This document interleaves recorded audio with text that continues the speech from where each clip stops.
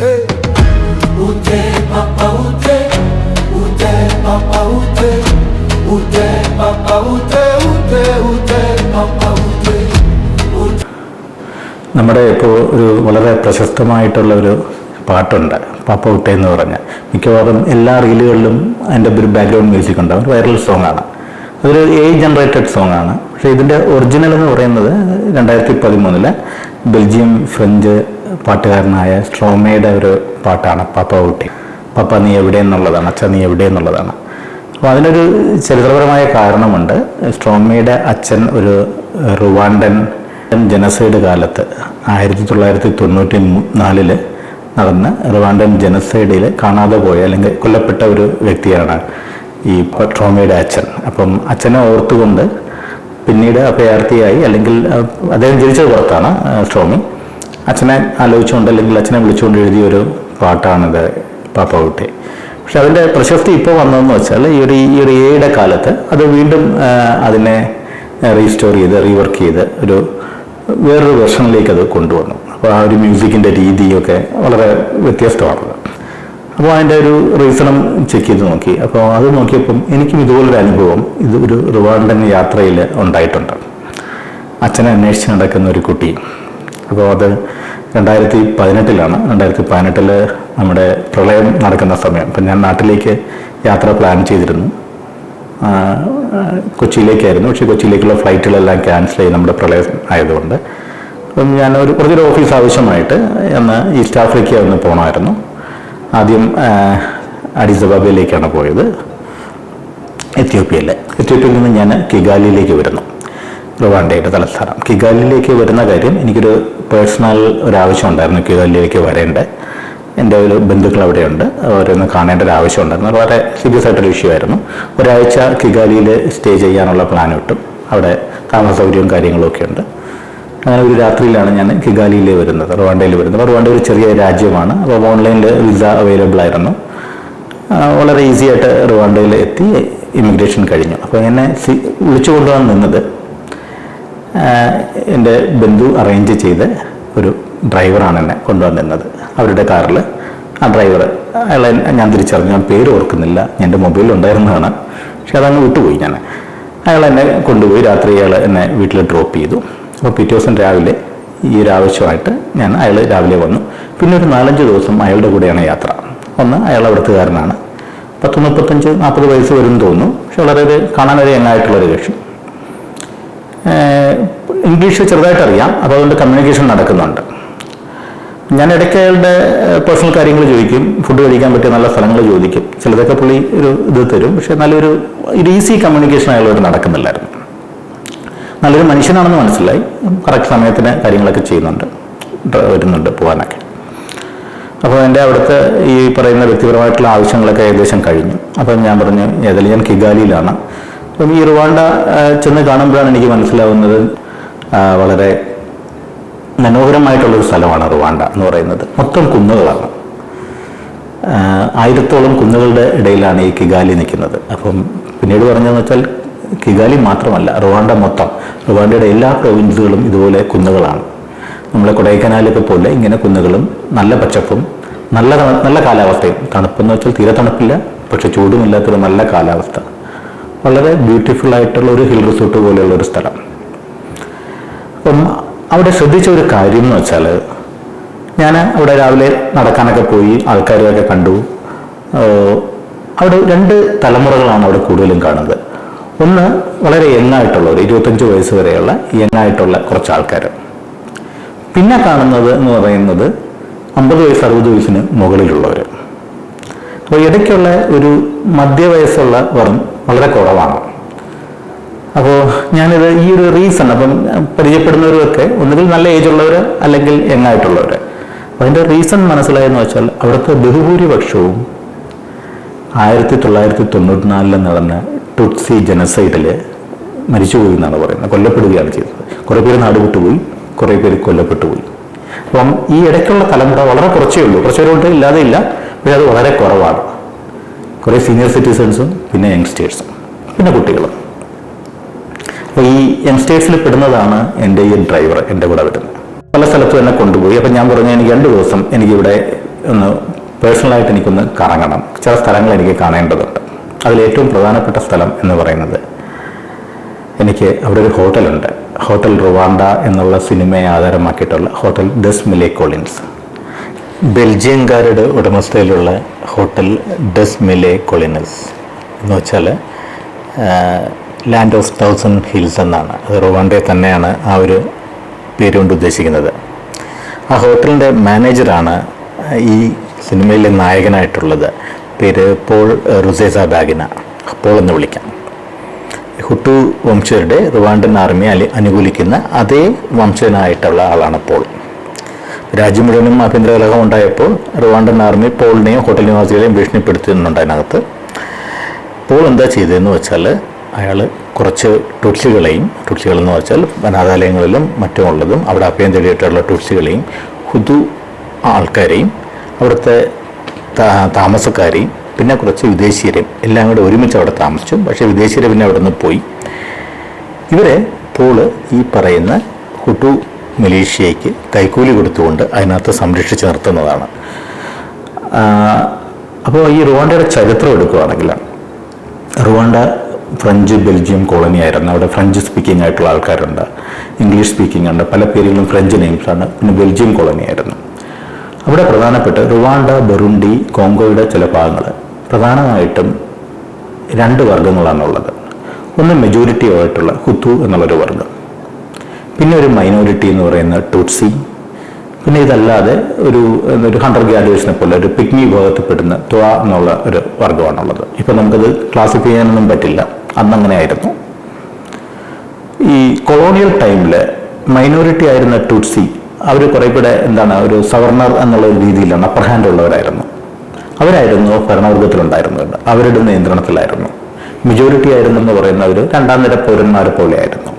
പക്ഷെ എന്താ ചെയ്തത്, കൊളോണിയൽ കാലഘട്ടം കഴിഞ്ഞിട്ട് ഭരണം കൊടുത്തപ്പോൾ, ജനാധിപത്യം പറഞ്ഞാലും അല്ലെങ്കിലും ഇതെന്താ സംഭവിച്ചതെന്ന് വെച്ചാൽ, മെജോറിറ്റിയുടെ കയ്യിലേക്ക് ഭരണം പോയി, ഹുദുവിൻ്റെ കയ്യിലേക്ക്, ഹുദു വർഗ്ഗക്കാരുടെ കയ്യിലേക്ക് ഭരണം പോയി. അവിടെ ഒരു സ്പ്ലിറ്റ് തുടങ്ങി. അവരെന്താ ചെയ്തതെന്ന് വെച്ചാൽ, ഈ ടുട്സി വിഭാഗത്തിനെയും അല്ലെങ്കിൽ താ വിഭാഗത്തിനെയും അവർ അടിച്ചമർത്താനും ഒഴിവാക്കാനും തുടങ്ങി. അതിൽ ആഭ്യന്തര യുദ്ധത്തിലേക്ക് പോയി. പിന്നെ വളരെ കാലം ആഭ്യന്തര യുദ്ധമാണ്. റുവാണ്ടയിലും ബറുണ്ടിയിലുമൊക്കെ ഈ ഒരു ആഭ്യന്തര യുദ്ധം നടക്കുകയാണ്. ഇടയ്ക്കിടയ്ക്ക് സമാധാനങ്ങൾ നടക്കും. അങ്ങനെ ടുട്സികൾക്ക് വേണ്ടി റുവാണ്ടൻ പാട്രിയോട്ടിക് ഫ്രണ്ട് എന്നുള്ള ഒരു സംഘടന, ഒരു സായുധ സംഘടന ഉണ്ടായി. അതിന് പോൾ കഗാമയാണ് അത് നിയന്ത്രിച്ചിരുന്നത്. അവർക്ക് ഉഗാണ്ടയിൽ നിന്ന് സപ്പോർട്ടുണ്ടായിരുന്നു. ഉഗാണ്ടയിലാണ് ഇവരുടെ ട്രെയിനിങ് ഒക്കെ നടക്കുന്നത്. അവർ സഫർ ചെയ്യുവാണ് ശരിക്കും. കാര്യം ഹുദുവിൻ്റെ മെജോറിറ്റിയാണ് കാര്യങ്ങളിരിക്കുന്നത്. ഹുദുവിനാണെങ്കിൽ ഇവിടെ ഒരു നല്ല സംഖ്യ ആൾക്കാരുണ്ട്, ഭരണത്തിൽ മുഴുവനും അവരാണ്. അവർ ഭരണം പിടിച്ചതിന് വരെ അവർ വിട്ടുകൊടുക്കുന്നില്ല. പിന്നെ അതിനകത്ത് തന്നെ ഒരു വഴക്കൊക്കെ ഉണ്ടായിട്ട് ജുവനൽ ഹബിരിയാമ എന്ന് പറയുന്ന ഒരു നേതാവാണ് പിന്നെ വരുന്നത്. അദ്ദേഹം പ്രസിഡന്റ്. അയാൾ വളരെ കാലം പ്രസിഡന്റായിരുന്നു, ഹുദു ലീഡറായിരുന്നു. അയാൾ പ്രസിഡന്റായിരുന്നപ്പോൾ എന്താ ചെയ്യുന്നത് വെച്ചാൽ, അതൊരു ഹുദു പവർ എന്ന് പറയുന്ന ഒരു ഗ്രൂപ്പ് അതിനകത്ത് ഉണ്ടാക്കിയെടുക്കുകയാണ്. അദ്ദേഹത്തിൻ്റെ പാർട്ടിയുടെ ഒരു മിലിറ്റന്റ് ഗ്രൂപ്പിനെ അവരുണ്ടാക്കി. അതിൻ്റെ പേര് ഇന്ററാമേ എന്നായിരുന്നു ആ മിലിറ്റന്റ് ഗ്രൂപ്പ്. ഇവരുടെ ഉദ്ദേശം ഹുദുവിനെ കൊന്നു തീർക്കുക എന്നുള്ളതാണ്. പട്ടാളത്തിൽ നിന്നുമൊക്കെ ആൾക്കാരെ എടുത്ത് ട്രെയിൻ ചെയ്ത് ഇന്ററാമേ ട്രെയിൻ ചെയ്യുവാണ്. ഒരു പക്ക ഫാസിസ്റ്റ് ഔട്ട്ഫിറ്റ് ആയിരുന്നു അത്. അവർക്ക് ആയുധങ്ങൾ എത്തിച്ചു കൊടുത്തു. അപ്പം ഇങ്ങനെ ഒരു ഭയങ്കര ഒരു വൈര്യം നിൽക്കുന്ന ഒരു സമയമാണ്. അപ്പം ചർച്ചകൾ നടന്നു. ആഫ്രിക്കൻ യൂണിയൻ ഇടപെട്ടു, യുണൈറ്റഡ് നേഷൻസ് ഒക്കെ ഇടപെട്ടു. അങ്ങനെ അരുഷയിൽ വെച്ചിട്ട് ടാൻസാനിയയിൽ വെച്ചിട്ടൊരു സമാധാന ശ്രമം നടന്നു. അങ്ങനെ അരുഷോ അക്കോർഡ് അനുസരിച്ചിട്ട് ഇവർ വെടിനിർത്തലുണ്ടായിട്ട് അതിൻ്റെ കുറച്ച് ഭാഗങ്ങളുടെ നിയന്ത്രണം RPFനും മെജോറിറ്റി ഭരണം MNRDക്കും കൊടുത്തു. പക്ഷെ ഇതിൽ ഹുദുവിൽ തന്നെ, മഹാഭൂരിപക്ഷമുള്ള ഹുദുവിൽ തന്നെ ഒരു വിഭാഗം പറയുന്നത് ഇങ്ങനെ തമ്മിൽ അടിക്കാൻ പാടില്ല, നമ്മളെല്ലാം റുവാണ്ടയിലെ ആൾക്കാരാണ്, നമ്മളിത് ഒരുമിച്ച് പോകണമെന്ന് വാദിക്കുന്ന കുറച്ച് പേരുണ്ടായിരുന്നു, ജനാധിപത്യവാദികളായിട്ടുള്ളവർ. അവർ ടുട്സികളെ സപ്പോർട്ട് ചെയ്തു. ടുട്സികളെ അടിച്ചമർത്താൻ പറ്റില്ല എന്നുള്ള രീതിയിൽ അവരും സ്വാഭാവികമായിട്ടും ഈ പറയുന്ന ബഹുഭൂരിപക്ഷം ഹുദു ഭരണകൂടത്തിൻ്റെ ഇതൊരു ഭാഗമായിട്ട് മാറി. പക്ഷെ അവർ ഭരണത്തിലുണ്ട്, ഭരണം നടന്നു പോവുകയാണ്. ഏകാധിപതിയാണെങ്കിലും മന്ത്രിസഭയിൽ കാര്യങ്ങളും ഉണ്ട്. ഒരു ലേഡിയായിരുന്നു അന്നത്തെ പ്രധാനമന്ത്രി എന്ന് തോന്നുന്നത്, അഗസ്ത്യ ഉല്യാൻവേ എന്ന് പറഞ്ഞ ഒരു ഹുദുവാണ്, ഹുദു പൊളിറ്റീഷ്യനാണ്. അവരെ ഈ പറയുന്ന ടുട്സികളെ ഇങ്ങനെ അടിച്ചമർത്താൻ പാടില്ല എന്ന് വാദിക്കുന്ന ഒരു വിഭാഗമായിരുന്നു. ഒരു ദിവസം വൈകുന്നേരം റുവാണ്ടയുടെ പ്രസിഡന്റും ബുറുണ്ടിയുടെ പ്രസിഡന്റും യാത്ര ചെയ്തിരുന്ന വിമാനം കിഗാലിയുടെ മുകളിൽ വെച്ച് ആരോ വെടിവെച്ചിടുവാണ്. അത് RPF-ന്റെ സൈന്യം വെടിവെച്ചിട്ടതാണ് എന്നാണ് പറയപ്പെടുന്നത്. അങ്ങനെയാണ് ആ ഹുതു പറയുന്നത്. പക്ഷേ അതൊരു വലിയ കാരണമായി എന്ന് വെച്ചാൽ ഹുതു വംശത്തിൻ്റെ നേതാവായ ഹബിരയാമയും ബുറുണ്ടിയിലെ നേതാവായിട്ടുള്ള പ്രസിഡന്റിനെയും ഇവർ കൊലപ്പെടുത്തി. അപ്പോൾ അത് ഇന്റർണലി പ്ലാൻ ചെയ്തതാണെന്നും വാദമുണ്ട്. പക്ഷേ ഇങ്ങനെ സംഭവിച്ചു, അതൊരു വലിയൊരു ട്രാജഡിയായി. അത് ഈ പറയുന്ന കൂട്ടക്കൊലയ്ക്ക് കാരണമായി. 1994 ഏപ്രിലിൽ തുടങ്ങുന്ന കൂട്ടക്കൊലയാണ്. 3 മാസം, ഏകദേശം ഓഗസ്റ്റ് ആയപ്പോഴാണ് അത് കഴിയുന്നത്. ലോക ചരിത്രത്തിൽ ഏറ്റവും വേഗതയിൽ കൂട്ടക്കൊല നടത്തിയ ഒരു സ്ഥലമാണ് റുവാണ്ട. 8 ലക്ഷം പേരെയോളം അവർ കൊലപ്പെടുത്തി. 10 ലക്ഷത്തിന് മുകളിൽ ആൾക്കാർ നാടുവിട്ടുപോയി. ഇതല്ലാതെ ഒരു പല രീതികളും, ബലാത്സംഗമായിരുന്നു ഒരു ആയുധം. ഇപ്പോഴും ഞാൻ അവിടെ കണ്ടത് എയ്ഡ്സ് ഒരു ആയുധമായിട്ടാണ് അവർ ഉപയോഗിച്ചിരുന്നത്. അപ്പോൾ ഇതിനു മുമ്പ് ഒരു വലിയൊരു വൈര്യം അവിടെ അവർ ഉണ്ടാക്കിയിരുന്നു. അതിനുപയോഗിച്ചത് ഹുട്ടുവിൻ്റെ ഒരു നേതാവുണ്ട്, ഹസൻ എംഗസ, ഇപ്പോഴും ജയിലിലാണ്. ഹസൻ എംഗസയുടെ ഒരു പത്രം ഉണ്ടായിരുന്നു, കാങ്കുറ എന്ന് പറഞ്ഞിട്ട്. അതിനകത്ത് എല്ലാ ദിവസവും ടുട്സികൾ ചെയ്തിരുന്ന തെറ്റുകൾ അല്ലെങ്കിൽ നമ്മുടെ മൈനോറിറ്റികളുടെ ദോഷങ്ങളും അവരെ എന്തുകൊണ്ട് ഒഴിവാക്കണം എന്നുള്ളതും അതിനകത്ത് വളരെയധികം എഴുതി വെച്ചിട്ടുണ്ടായിരുന്നു. പത്രം ഇന്ന് ഇറങ്ങുന്നത് അങ്ങനെയാണ്. അങ്ങനെ വന്നപ്പോൾ എന്ന് വെച്ചാൽ ഭയങ്കര ഒരു ഡ്രിഫ്റ്റിനകത്തുണ്ടായി. ഒരു വലിയ ഭൂരിപക്ഷവും ഹുതു പറഞ്ഞിരുന്നത് ടുട്സികൾ എന്ന് പറയുന്നത് എന്താണ്, കോക്രോച്ചസ് ആണ്. കോക്രോച്ചസിനെ നമ്മൾ തുടച്ചു നീക്കണം വീടുകളിൽ നിന്ന്. അങ്ങനെയാണ് സംഭവിച്ചിരുന്നത്. ഈ ഹബരിയാമയുടെ മരണത്തോടു കൂടി ഇവർ ഹുത്തുക്കൾ ആയുധം എടുത്തുകൊണ്ട് രംഗത്തിറങ്ങി. പിന്നെ നിയമങ്ങളൊന്നുമില്ല. ടുട്സികൾ അവർ തിരഞ്ഞുപിടിച്ച് കൊല്ലാൻ തുടങ്ങിയപ്പോഴത്തേക്കും ദിവസം അവർ ഇപ്പോൾ ഇത്രയും ലക്ഷം പേരെ 3 മാസം കൊണ്ട് കൊല്ലുന്നുണ്ടെങ്കിൽ എത്ര പേരിച്ച് കൊല്ലണം നോക്കിയുള്ളൂ. അപ്പോൾ റോഡുകളൊക്കെ എന്ന് വെച്ചാൽ ശവശരീരം കൊണ്ട് നിറഞ്ഞു കിടക്കുകയാണ്. ഹോട്ടൽ റുവാണ്ടയിൽ വാഴ വെട്ടിയാണ് റോഡിലിട്ടിരിക്കുന്നത്. അതിൻ്റെ മുകളിൽ കൂടിയാണ് വണ്ടി പോകുന്നത്. ശവശരീരങ്ങൾ അവിടെ കിടക്കുന്നുണ്ട്, ഓടിക്കാൻ നിൽക്കുന്നില്ല. പിന്നെ കൂടുതൽ ശവശരീരങ്ങൾ ഇതിൽ സാറ്റലൈറ്റിൽ വരുമെന്ന് പേടിച്ചിട്ട് അവർ അതിനെ കവറും ചെയ്യുന്നുണ്ട്. യുണൈറ്റഡ് നാഷൻസോ ഒന്നും ഇതിനകത്ത് ഇടപെട്ടില്ല. ഈ പറയുന്ന US എന്ന ക്ലിന്റൺ ഭരണകൂടമായിരുന്നു, അവരും വലിയ താല്പര്യം കാണിച്ചില്ല. പിന്നീട് അവർ ഇടപെട്ടു. ഇത്രയും മരിച്ച ശേഷം അവർ ഇടപെട്ടു. നല്ലൊരു ശതമാനം ടുട്സികളും അല്ലെങ്കിൽ തുട്സി സിമ്പത്തൈസേഴ്സും ഹുതുക്കളായിട്ടുള്ള ഇവർ കോങ്കോയിലേക്ക് പലായനം ചെയ്തു. ആണുങ്ങളായിട്ടുള്ളവരെയും ആരോഗ്യമുള്ളവരെയും എല്ലാവരെയും കൊന്നു തീർത്തു. എല്ലാവരെയും തന്നെ, ഈ ടുട്സികൾ എല്ലാവരും തന്നെ കൊന്നു തീർത്തു. നല്ലൊരു ശതമാനം ടുട്സികളെ കൊന്നു തീർത്തു. ഉഗാണ്ടയിൽ ഒളിവിലായിരുന്ന RPF-ന്റെ നേതാക്കളും സൈന്യവും അവർ ഒരു സൈഡിൽ നിന്ന് അവർ അറ്റാക്ക് ചെയ്യുന്നുണ്ട്. പക്ഷെ അവർക്ക് അത്ര എളുപ്പത്തിൽ കടന്നു കയറാൻ പറ്റില്ല. പക്ഷേ ഈ ഹുതു എന്ന് പറയുന്ന ഇൻട്രാമേ എന്ന് പറയുന്ന തീവ്രവാദ ഭരണകൂടം ഇതിനെല്ലാം പ്രിപ്പയർ ആയിരുന്നു. ഒരു കാരണം കിട്ടാനിരിക്കുമായിരുന്നു, അല്ലെങ്കിൽ കാരണം ക്രിയേറ്റ് ചെയ്തതാണ് അവർ ഈ പറയുന്ന 3 മാസം കൊണ്ട് ടുട്സിനെ കൊന്ന് തുടച്ചു നീക്കുക എന്നുള്ള ഉദ്ദേശത്തോടു കൂടി. പിന്നെ എന്താ സംഭവിച്ചെന്ന് വെച്ചാൽ RPF ഇവിടെ വന്നു, ഹുതു ഭരണകൂടത്തിനെ താഴെ ഇറക്കി. അതിനകത്തുള്ള മിക്കവരും നാടുവിട്ടു, പലരെയും അറസ്റ്റ് ചെയ്തു. അത് പിന്നെ പല കേസുകളിലും പലരും ഇപ്പോഴും ജയിലിലാണ്, പലരും പുറത്തായിട്ടുണ്ട്. അപ്പോൾ അതിൽ പല കഥകളുണ്ട്. 2 സിനിമകളാണ് അതിൽ വന്നത്. പ്രധാനമായിട്ടും ഒന്ന് ഹോട്ടൽ റുവാണ്ടയും പിന്നെ സംടൈംസ് ഇൻ ഏപ്രിലും. ഇത് ഞാൻ പിന്നീടാണ് കാണുന്നത്. ഹോട്ടൽ റുവാണ്ട നേരത്തെ കണ്ട മൂവിയാണ്. അത് സംടൈംസ് ഇൻ ഏപ്രിലിൽ കുറേ കൂടി ഭംഗിയായിട്ട് അതിൻ്റെ ചരിത്രം പറയുന്നുണ്ട്. അപ്പോൾ ഈ പറയുന്ന പത്രവും RTLM എന്ന് പറയുന്നൊരു റേഡിയോ ചാനൽ വെച്ചിട്ടാണ് ഇത് കംപ്ലീറ്റ് ഇവർ പ്രക്ഷേപണം ചെയ്തിരുന്നത്. ടുട്സികൾക്കെതിരെയുള്ള ഈ പറയുന്ന ഒരു വിരോധം. ഞാനപ്പം ആദ്യം കാണേണ്ടിയിരുന്നത് ഈ ഒരു ഹോട്ടലായിരുന്നു. അന്നൊരു ദിവസം ഹോട്ടലിൽ പോയി അവിടെ താമസിക്കാൻ നോക്കി, പറ്റിയില്ല. പക്ഷേ എനിക്ക് ഒരു ഈവനിങ് ഡിന്നർ എനിക്ക് ഹോട്ടലിൽ ഒറ്റയ്ക്ക് എടുക്കാൻ പറ്റി. അതൊരു അനുഭവമായിരുന്നു. അപ്പം അതിൽ കാണിക്കുന്ന പോലെ അവിടുത്തെ ഇവരെടുത്തിരുന്ന സ്വിമ്മിംഗ് പൂളിലെ വെള്ളമാണ് അവർ ഉപയോഗിച്ചിരുന്ന കുടിക്കാനും ഒക്കെ. അതെല്ലാം നടന്നു കണ്ടു. നല്ലൊരു ബ്യൂട്ടിഫുൾ ഒരു 5 സ്റ്റാർ ഹോട്ടൽ. അതിനുശേഷം ഞാൻ അവിടുത്തെ മാർക്കറ്റ്, ഇങ്ങനെ 2-3 കാര്യങ്ങൾ കാണണം. അത് കഴിഞ്ഞ ശേഷം ഒരു ഇമ്പോർട്ടൻ്റ് ആയിട്ടുള്ള സ്ഥലം എന്ന് പറയുന്നത് അവിടെ ഒരു ജനസൈഡ് മ്യൂസിയം ഉണ്ട്, അതൊന്ന് കാണണമെന്ന് പറഞ്ഞു. അപ്പോൾ എൻ്റെ ഡ്രൈവർ പറഞ്ഞു തീർച്ചയായിട്ടും കൊണ്ടുപോകാം. പുള്ളി അവിടെ കൊണ്ടുപോകാമെന്ന് പറഞ്ഞു. പുള്ളി വളരെ വളരെ ഇൻട്രസ്റ്റ് ആയിട്ട് ഇരുന്നു. ഞാൻ ഹോട്ടലിൽ കൊണ്ടുപോകാൻ പറഞ്ഞിട്ട് പുള്ളിക്ക് വലിയ താല്പര്യമൊന്നും ഉണ്ടായില്ല. പുള്ളി എന്നെ അവിടെ വിട്ട് പുള്ളി പോയി. പക്ഷേ ഈ ജനസൈഡ് പാർക്ക് കാണാൻ വന്നപ്പോഴത്തേക്കും പുള്ളി എൻ്റെ കൂടെ തന്നെ ഉണ്ടായിരുന്നു. പുള്ളി അവിടെ പാർക്ക് ചെയ്തു. ഞാൻ പോയി ടിക്കറ്റ്, എനിക്കൊന്ന് ഫ്രീ ആണ്, എടുത്തു. ഇപ്പം അതിൽ ഞാൻ ഔട്ട്സൈഡറാണ്, അപ്പോൾ ഞാൻ രജിസ്റ്റർ ചെയ്യണം. അദ്ദേഹം അവിടുത്തെ നാട്ടുകാരനായിട്ട് കയറി. അപ്പം ഞാൻ കാണാൻ കയറുമ്പോൾ പിന്നീട് അവിടെ ഉണ്ടായിരുന്ന മിക്കതും പല രാജ്യങ്ങളിൽ നിന്നുള്ളതാണ്. ആഫ്രിക്കയിലെ, കെനിയയിൽ നിന്ന് അവിടെ നിന്നൊക്കെയുള്ള ആൾക്കാരായിരുന്നു. അപ്പോൾ ഇംഗ്ലീഷാണ്.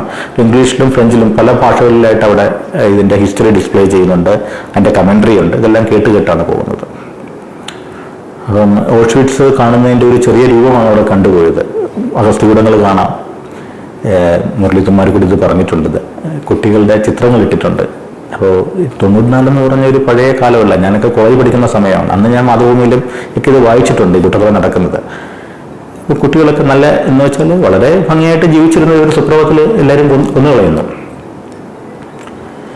ഞാനങ്ങനെ കുറച്ച് കഴിഞ്ഞു ഓരോ ഭാഗത്തെത്തി. ഈ പറയുന്ന ഡ്രൈവർ എൻ്റെ കൂടെ ഉണ്ട്. പുള്ളി ഇതെല്ലാം നോക്കുന്നുണ്ട്, എൻ്റെ കൂടെ നിന്ന് ഇതെല്ലാം വായിക്കുന്നുണ്ട്. ഞാൻ ഇംഗ്ലീഷ് സെക്ഷൻ ഉള്ളപ്പോൾ ഞാൻ അവിടെ ഇരുന്നത് കേൾക്കും, പിന്നെ അടുത്ത ഏരിയയിലേക്ക് പോകും. ഒരു സ്ഥലത്ത് ചെന്നപ്പോഴത്തേക്കും കുറച്ച് അങ്ങോട്ട് ചെന്നപ്പോഴത്തേക്കും ഈ പുള്ളി എൻ്റെ കൂടെ വന്ന ഡ്രൈവറിൻ്റെ ആ ഒരു ക്യാരക്ടർ മാറാൻ തുടങ്ങി. ഒരു ഭാഗത്ത് വന്നിട്ട് പുള്ളി വരുന്നില്ല. പുള്ളി അവിടെ നിന്ന് പിന്നെ മൂവ് ചെയ്യുന്നില്ല. അപ്പം ഞാൻ പറഞ്ഞു എനിക്ക് പോകണം എന്ന് പറഞ്ഞിട്ട് പുള്ളി എൻ്റെ അടുത്ത് വരുന്നില്ല. പുള്ളി അങ്ങ് വല്ലാതെ നിൽക്കുകയാണ്. പുള്ളിയുടെ മുഖമൊക്കെ അങ്ങ് വല്ലാതായി, കണ്ണൊക്കെ ചുമന്നിട്ടുണ്ട് പുള്ളിയുടെ. അപ്പം എനിക്കത് പന്തിയെല്ലാം തോന്നി. ഞാൻ പുള്ളിയെ വിളിച്ചു. അവസാനം ഞാൻ പുള്ളിയെ പിടിച്ചു വലിച്ച് ഞാൻ പുറത്തിറക്കിയിട്ട് അവിടെ ഒരു കോഫി ഷോപ്പ് പുറത്തുണ്ടായിരുന്നു. ഞാൻ അവിടെ കൊണ്ടിരുത്തി. ആദ്യം ഞാൻ വെള്ളം കൊടുത്തു, എന്നിട്ടൊരു കോഫി വാങ്ങിച്ചു കൊടുത്തു. പുള്ളി കുടിക്കുന്നില്ല. എന്നിട്ട് ഞാനൊരു കോഫിയും കഴിച്ച് കുറേ നേരം ഇരുന്നു. ഒരു മണിക്കൂറോളം ഞാൻ അവിടെ ഇരുന്നു. എനിക്ക് തിരിച്ച് കയറണമെന്നുണ്ട്. ഞാൻ ഉച്ചയ്ക്ക് ഉടനെ വരേണ്ടതാണ്. അപ്പോൾ പുള്ളി ഈ ഒരു സ്റ്റക്കായി പോയി അവിടെ നിന്നിട്ട്. കുറച്ച് കഴിഞ്ഞ ശേഷം പുള്ളി ഓപ്പൺ അപ്പ് ചെയ്ത് തുടങ്ങി, കാര്യങ്ങൾ പറഞ്ഞു തുടങ്ങി. പുള്ളി പറഞ്ഞ ഒരു കാര്യം എന്ന് വെച്ചാൽ, എൻ്റെ അച്ഛനെ ഞാൻ കണ്ടിട്ടില്ല അന്നത്തെ സംഭവത്തിന് ശേഷം. അച്ഛൻ എവിടെയാണെന്നറിയില്ല, അച്ഛനെ എങ്ങനെ മരിച്ചെന്നറിയില്ല. ഇവിടെ വന്നപ്പോൾ പുള്ളിക്ക് അത് ഓർമ്മ വന്നു വീണ്ടും. പുള്ളി കിഗാലിയിലുള്ളതല്ല, പുള്ളി വേറെ ഏതോ നാട്ടിലുള്ളതാണ്. അവിടെ നടന്ന സംഭവമാണ് പറയുന്നത്. കിഗാലിയിൽ നിന്ന് എനിക്ക് തോന്നുന്നു 100 കിലോമീറ്ററോളം മാറിയാണ്. പക്ഷേ എവിടെയാണ് അച്ഛനെ കൊണ്ടുപോയെന്നോ ഒന്നും അറിയില്ല. അപ്പം ഞാൻ പുള്ളി ഒന്ന് സമാധാനമായി വെള്ളം കുടിച്ചു, ചായ കുടിച്ച ശേഷം ഞാൻ പുള്ളിയോട് ചോദിച്ചു എന്താ സംഭവിച്ചെന്ന് ചോദിച്ചു. ഈ അച്ഛനെ കാണാനില്ല എന്ന് പറഞ്ഞപ്പോൾ പുള്ളി പറഞ്ഞത്, ഒരു ദിവസം രാത്രി അപ്പൂപ്പനും അമ്മൂമ്മയും പുള്ളിയുടെ സഹോദരങ്ങളെയും രാത്രി വിളിച്ചെഴുന്നേൽപ്പിക്കുകയാണ്. അന്ന് പുള്ളി 6ാം ക്ലാസ്സിൽ എന്തോ പഠിക്കുന്നു. അന്നത്തോടൊരു പഠിത്തം നിർത്തിയാണെന്നാണ് പുള്ളി പറയുന്നത്. എന്നിട്ട് രാത്രി ഞങ്ങൾ യാത്രയാവുകയാണ്. ഞങ്ങൾ രാത്രി മുഴുവനും നടന്നു. വേറെ വാഹനങ്ങളൊന്നുമില്ലായിരുന്നു. വെളുപ്പാങ്കാലത്തോടു കൂടി കോങ്കോ അതിർത്തി കടന്ന് കോങ്കോയിലേക്ക് പ്രവേശിക്കുകയാണ് ചെയ്തത്. പിന്നെ മാസങ്ങൾ കഴിഞ്ഞ ശേഷമാണ് ഞങ്ങൾ തിരിച്ച് നാട്ടിലേക്ക് വരുന്നത്. നാട്ടിലേക്ക് വരുമ്പം വീടൊക്കെ കത്തിച്ച് കളഞ്ഞിരിക്കുകയാണ്. അമ്മ മരിച്ചുപോയി. അമ്മ മരിച്ചതിൻ്റെ ഡീറ്റെയിൽസ് എല്ലാം കിട്ടി. അപ്പം കൂട്ടുകാരുടെയൊക്കെ അച്ഛനും അമ്മമാരും ഒക്കെ മരിച്ചു. ഇവരെല്ലാം തിരിച്ചു വന്നു പിന്നെ മാസങ്ങൾക്ക് ശേഷം. അപ്പോൾ ഇവരോരോരുത്തരും അച്ഛൻ എവിടെ പോയി അമ്മ എവിടെ പോയി അന്വേഷിച്ച് കിടക്കുകയാണ്.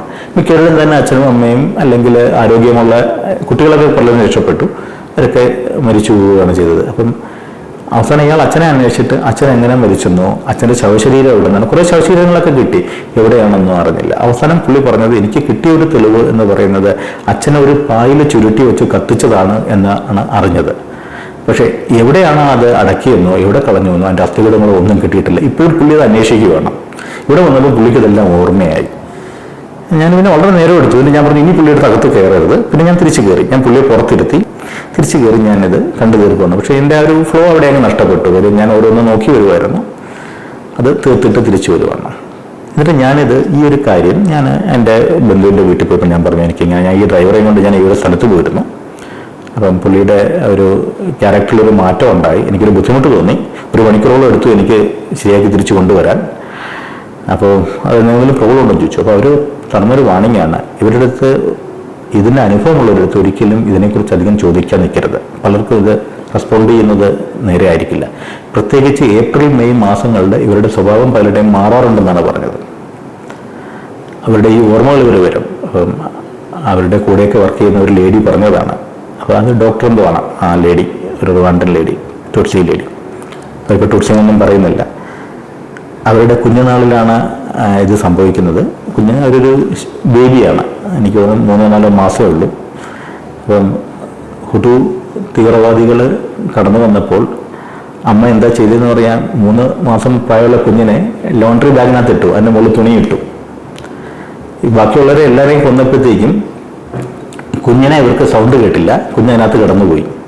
അപ്പോൾ രാവിലെ ആയപ്പം ബാക്കിയുള്ളവരെല്ലാവരെയും കൊലപ്പെടുത്തി. അമ്മ മാത്രമാണ് അമ്മ രക്ഷപ്പെട്ടു. അമ്മ പരിക്കുകളോടി രക്ഷപ്പെട്ടു. കുഞ്ഞിനെ അവർ റിക്കവർ ചെയ്തു. പിന്നെ ആ വീട്ടിൽ, ആ കുടുംബത്തിൽ, ആ ഒരു വലിയ കുടുംബത്തിൽ സ്വത്തുക്കളെല്ലാം ഉണ്ട്. പരിക്ക് പറ്റിയ അമ്മയും കുഞ്ഞും മാത്രമായി. ഈ കുഞ്ഞ് പിന്നെ പുറത്തു പോയി പഠിക്കുവാണ്. അവർ പിന്നെ പുറത്തു പോയി പഠിച്ച് അവർ ഡോക്ടറായിട്ട് അവിടെ ആശുപത്രിയിൽ ജോലി ചെയ്യുന്നു. അങ്ങനെ എന്തോ ആണ് ഞാൻ. അപ്പം അവർ എന്താണെന്ന് വെച്ചാൽ അവർ വളരെ ചിരിച്ചുകൊണ്ടാണ് ഇത് പറയുന്നത്. പക്ഷേ ഇവരുടെയൊക്കെ ഓർമ്മകൾ ഈ ഒരു മാസം ആകുമ്പോഴത്തേക്കും അത് മാറി തുടങ്ങും. അപ്പോൾ വളരെ സൂക്ഷിച്ചു വേണം ഇത് കാര്യം ചെയ്യണമെന്ന് പറയും. അപ്പം ഞാൻ ഈ പറയുന്ന ഡ്രൈവറുടെ കാര്യം പറഞ്ഞപ്പോഴത്തേക്കും അച്ഛാ നീ എവിടെ എന്നുള്ള ഒരു ചോദ്യം ഈ പാട്ട് കേട്ടപ്പോൾ എനിക്ക് മനസ്സിലായതാണ്. ഇതേ അനുഭവമാണ് എനിക്ക് അന്ന് ഉണ്ടായത്. അപ്പം ഇതാണ് കാണേണ്ട ഒരു ജനസൈഡ് പാർക്കാണ്. നാസി പാർക്കുകൾ പോലെ തന്നെ ഒരു പ്രധാനപ്പെട്ട ഒന്നാണ് റുവാണ്ടയിലെ ഈ പറഞ്ഞ ജനസൈഡ് പാർക്ക്. ഇതുപോലെ 4-5 പാർക്കുകൾ അവിടെ ഉണ്ടെന്ന് പറഞ്ഞ് പല ഭാഗത്തായിട്ട്. പ്രധാനപ്പെട്ട ഒന്നുള്ളത് കിഗാലിയിലാണ്. ഞാൻ ഒരാഴ്ചത്തെ യാത്ര കഴിഞ്ഞിട്ട് ഞാൻ അവിടെ നിന്ന് നേരെ ഉഗാണ്ടയിലേക്ക് പോവുകയാണ് ചെയ്തത്. ഒരു വലിയ അനുഭവമായിരുന്നു ഈ ഒരാഴ്ചയിൽ, പ്രത്യേകിച്ച് 2 ദിവസങ്ങൾ. നന്ദി.